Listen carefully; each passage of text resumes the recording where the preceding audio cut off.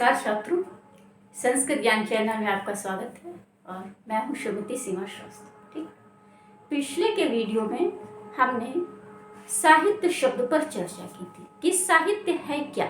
ठीक, फिर से बता देते हैं एक बार, साहित्य क्या है। साहित्य जो हमारे हित के साथ जुड़ा है, जिसमें हमारे कल्याण का भाव छिपा है, वही साहित्य है। ठीक, अच्छा, कल्याण का भाव कैसे छिपा हुआ है। ठीक, कल्याण का भाव हमारे साहित्य में इस प्रकार से छिपा हुआ है कि जो जैसे मान लीजिए हमने कुछ देखा अपने समय में, कोई ग्रंथ पढ़ा, कुछ हमने लिखा, ठीक, तो अब वो हमारे आने वाली पीढ़ी तक हम उसको प्रेषित करते हैं। ठीक है, ये हर व्यक्ति हमेशा तो जीवित रहता नहीं है, तो वो ये जानता है, सोचता है कि हमने जो सीखा, हमने जो कुछ देखा, अच्छा देखा, सीखा, जो कुछ भी हमारा अनुभव है, जो भी हमारे कृतित्व हैं, वो आने वाली पीढ़ी तक कैसे पहुंचे, तो हम उन ग्रंथों का अनुशीलन करते हैं, उनका रचन करते हैं। ठीक है, और उससे हमारी आने वाली पीढ़ी भी सीखे, इसीलिए हम उसको लिख के जाते हैं। ठीक है, नहीं तो महर्षि वाल्मीकि को रामायण लिखने की क्या आवश्यकता थी, लेकिन उन्होंने इसको लिखा। किस लिए लिखा कि हमारी आने वाली जो पीढ़ी है वो भगवान राम के जीवन चरित्र से कुछ सीखे, प्रेरणा, युगों युगों तक लोग भगवान राम से प्रेरणा लेते रहे, माँ सीता से प्रेरणा लेते रहे। ठीक, तो इसीलिए साहित्य लिखा जाता है। आज भी देखिए, हम रामचरितमानस घर में रखते हैं, पढ़ते हैं, रामायण का अनुशीलन करते हैं और उससे बहुत कुछ सीखते हैं, उनके आदर्शों पर चलते हैं। तो यही साहित्य का मतलब होता है। ठीक है, तो साहित्य का मतलब जिसमें हमारे कल्याण का भाव छिपा होता है, उसे ही हम साहित्य कहते हैं। ठीक, अब तो साहित्य को जो है दो भागों में बांटा गया है। ठीक है, कितने भागों में बांटा गया है? दो भागों में। ठीक, एक है वैदिक साहित्य और दूसरा है लौकिक साहित्य। ठीक, अच्छा, हम आपको जानकारी के लिए एक बात और आपको बता दें कि जो हमारी संस्कृत भाषा है उसके दो भेद हैं, दो प्रकार हैं, एक वैदिक संस्कृत और लौकिक संस्कृत। ठीक है, वैदिक संस्कृत क्या है? आप देखते होंगे, आपने वेद उठाया होगा, वेद पढ़ा होगा, तो आप देखते होंगे, आपको लगता होगा कि ये तो संस्कृत में नहीं लिखा, ये कौन सी भाषा है।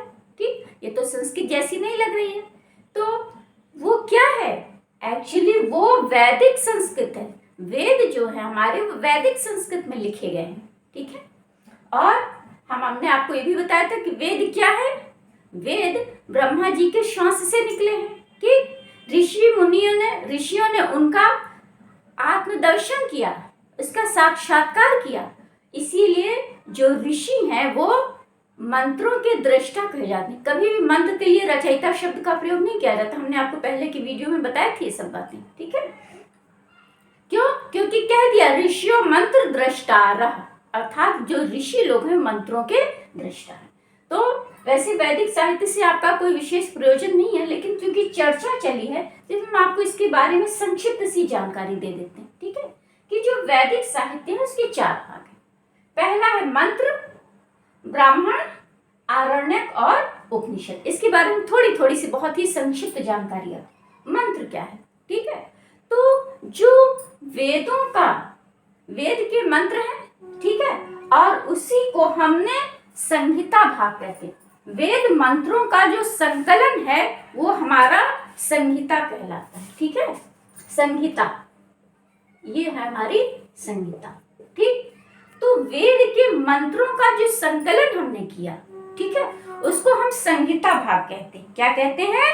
संहिता भाग। वेद मंत्रों का जो संग्रह है उसको हम संहिता भाग कहते हैं। ठीक, दूसरा है ब्राह्मण ग्रंथ। अब वेद इतने क्लिष्ट थे, इतने जटिल थे कि इसको एक आम आदमी के लिए समझना बहुत मुश्किल था। ठीक है, तो उसी को और सरल बनाने के लिए, जिससे आम आदमी तक वेदों का संदेश पहुंच सके, ठीक है, वो उसको समझ सके, इसके मर्म को समझ सके, इसके लिए ब्राह्मण ग्रंथों की रचना की गई। ठीक, वो ब्राह्मण ग्रंथ है। ठीक है, उसके बाद आरण्यक ग्रंथों का नंबर आता है।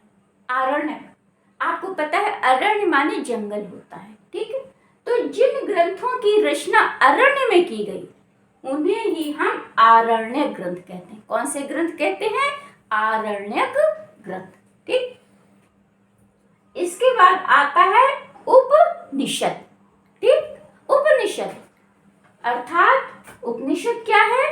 गुरु के समीप बैठकर जिन ग्रंथों का अध्ययन, चिंतन, मनन, अनुशीलन किया गया उन्हें हम उपनिषद ग्रंथ कहते हैं, ठीक। और उपनिषद क्या है? वेदों का जो अंतिम भाग है जिसे हम वेदांत भी कहते हैं उसे हम उपनिषद कहते हैं, ठीक है। वेदों का जो अंतिम भाग है उसे हम वेदांत कहते हैं, उसे उपनिषद कहते हैं, उसे ही उपनिषद भी कहते हैं, ठीक है। तो ये हो गई बहुत संक्षिप्त सी जान। और याद रखिएगा कि प्रत्येक वेद के सब वेदों के अपने अपने ब्राह्मण, आरण्यक और उपनिषद ग्रंथ हैं। हर वेद के अपने अपने ब्राह्मण ग्रंथ भी हैं, आरण्यक ग्रंथ भी हैं और उपनिषद ग्रंथ, ठीक। ये हमने आज आपको बहुत थोड़ी सी हल्की सी छोटी सी जानकारी दी। इससे आपका कोई विशेष प्रयोजन नहीं है, क्योंकि प्रसंग चला था इसलिए हमने इसको आपको बहुत ही संक्षिप्त रूप में इसके बारे में बता दिया कि आप इन शब्दों से परिचित रहें कि ये चीज है क्या, ठीक है ना। अब हम आते हैं लौकिक साहित्य, ठीक है। तो वेद के अलावा जितने भी ग्रंथ हैं, ठीक, वेदों के अलावा जितने भी हमारे ग्रंथ हैं वो सब लौकिक साहित्य के अंतर्गत आते हैं। वेद वैदिक साहित्य के अंतर्गत आता है और वेद से इतर जितने भी ग्रंथ हैं वो सब हमारे लौकिक संस्कृत साहित्य में आते हैं, ठीक है। अब लौकिक संस्कृत साहित्य, अब हम आपको यहाँ से काव्य के विषय में बताते हैं, ठीक है। काव्य क्या है, ठीक। अब ठीक है, काव्य कहते किसे हैं, ठीक। अब काव्य की परिभाषा क्या बताई गई है? कह रहे कि कवेरिदम कर्म भावो व काव्यम। कवेरिदम संधि हो जाए कवेर धन इदम बराबर संधि हो गई कवेरिदम। तो कह रहे कवेरिदम कर्म भावो व काव्यम, अर्थात काव्य का जो कर्म या भाव होता है उसे ही हम काव्य कहते हैं। काव्य किसे कहते हैं? काव्य का जो कर्म होता है, कवि की जो कृतित्व होता है, उसका जो भाव होता है उसे ही हम काव्य कहते हैं, ठीक। अच्छा, अब काव्य के कितने भेद होते हैं? काव्य के कुल 2 भेद होते हैं। कितने भेद होते हैं? कुल 2 भेद। पहला हमारा कौन सा भेद है? दृश्य काव्य। पहला कौन सा भेद है? दृश्य काव्य। और दूसरा कौन सा भेद है? श्रव्य काव्य, ठीक। अब दृश्य का मतलब क्या होता है, ठीक। दृश्य माने देखने योग्य, ठीक है। जो देखने योग्य काव्य जिसको हम साक्षात अपनी आंखों से देखते हैं, ठीक, वो दृश्य कहलाता है। और श्रव्य जो सुनने योग्य है, जिसे हम सुनते हैं, ठीक, वो हमारा श्रव्य काव्य, ठीक। दृश्य काव्य जैसे दृश्य काव्य क्या है? आप जैसे आप नाटक देखते हैं, ठीक है, मंच पर क्या देखते हैं? आप नाटक देखते हैं, ठीक है। रंगमंच पर आप नाटक देखते हैं, ठीक है। तो क्या है? दृश्य काव्य है, ठीक। क्यों दृश्य है? क्योंकि उसको हम साक्षात अपनी आंखों से देखते हैं, ठीक। तो अब क्या है कि आपको पता होगा कि कोई भी चीज जब हम अपनी आंखों से देखते हैं तो उसका हमारे हृदय पर ज्यादा प्रभाव पड़ता है, ठीक है। कोई भी व्यक्ति हम आपको कितनी ही बात मनुष्य आपको समझाता रहे, बताता रहे, उसका आदमी के जीवन पर उतना प्रभाव नहीं पड़ता जितना वो किसी चीज को साक्षात देख कर किसी भी चीज को हम देखते हैं। आप देखते हैं, नाटक देखने जाते हैं, रामलीला का मंचन होता है, नाटकों का मंचन होता है, रामलीला होती है, तो उसमें लोग ज्यादा इंटरेस्ट लेते हैं, ठीक है। क्यों? उसको वो साक्षात देखते हैं, अपनी आंखों से सुनते भी हैं, उसके डायलॉग सुनते हैं, उसको साक्षात देखते हैं, उसके अभिनय को, उनके पात्रों को देखते हैं, तो उनसे हम ज़्यादा कुछ सीखते हैं, प्रेरणा लेते हैं। जो दृश्य काव्य होता है वो ज़्यादा जो है वो रुचिकर होता है। ठीक ठीक है। तो दृश्य काव्य, और दृश्य काव्य में क्या आता है? ठीक, रूपक और उपरूपक, अर्थात जो नाटक है, ठीक, नाटक को हम रूपक भी कहते हैं। क्यों कहते हैं?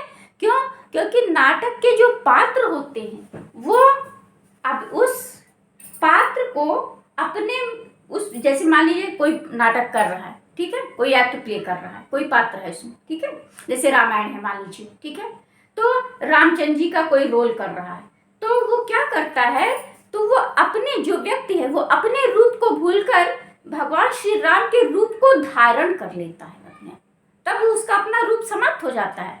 और कौन सा रूप धारण? जिस पात्र का वो अभिनय कर रहा है उसी के रूप को वो स्वयं धारण कर लेता है। ठीक है, तो इसीलिए इसको रूपक कहते हैं। ठीक, तो रूपक नाटक भी कहते हैं, नाटक, रूपक और उसके अलावा उपरूपक। ठीक है, और श्रव्य काव्य है, उसमें आता हमारा गद्य, पद्य या चंपू कुछ। ठीक है, तो आप कल जुड़े रहिएगा हमारे वीडियो से। कल हम इस वीडियो में, अगले के वीडियो में इस चर्चा को आगे बढ़ाएंगे, इस प्रसंग को आगे बढ़ाएंगे, उससे जुड़े रहिएगा। ठीक, और इससे भी अधिक जानकारी हम आपको कल के वीडियो में देंगे। ठीक, आज तो हमने बहुत ही संक्षिप्त सी बातें बताई, ठीक है, जो कि आपकी जानकारी के लिए आवश्यक है। और कल जो है हम इसके बारे में डिटेल से चर्चा करेंगे, दृश्य काव्य के अंतर्गत क्या क्या आता है और श्रव्य काव्य के अंतर्गत क्या क्या आता है। जुड़े रहिएगा हमारे वीडियो से, इसको वीडियो को आप देखिए। ठीक, हमारे चैनल को सब्सक्राइब करिए। ठीक, और उसको बाद हमारे वीडियो को देखिए, सुनिए, समझिए, उसको लाइक करिए, ठीक, शेयर करिए। और कोई दिक्कत हो, कोई समस्या, उसको आप कमेंट बॉक्स में लिख कर डालिए, हम आपके प्रश्नों का समाधान करेंगे। ठीक, और अब आज हम अपने वीडियो को यहीं पर समाप्त करते हैं। जय हिंद, जय भारत।